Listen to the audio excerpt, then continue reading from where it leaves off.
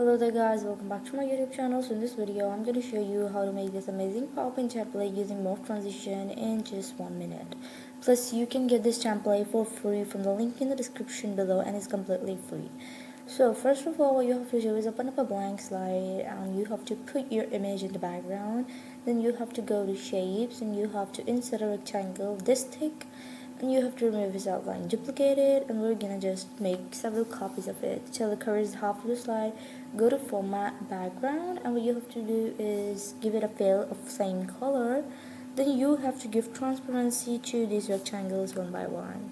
So starting from, I'm gonna start with 20, then we're gonna go till 80 one by one, or give a greater gap if the values aren't covering enough.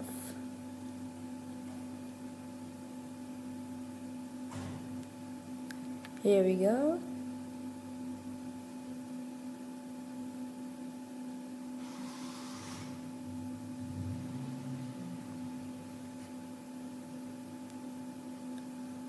The next thing you have to do is you have to duplicate the slide, go to first, and you have to put your text and everything out of the slide, give it morph transition. So yeah, this is the final result.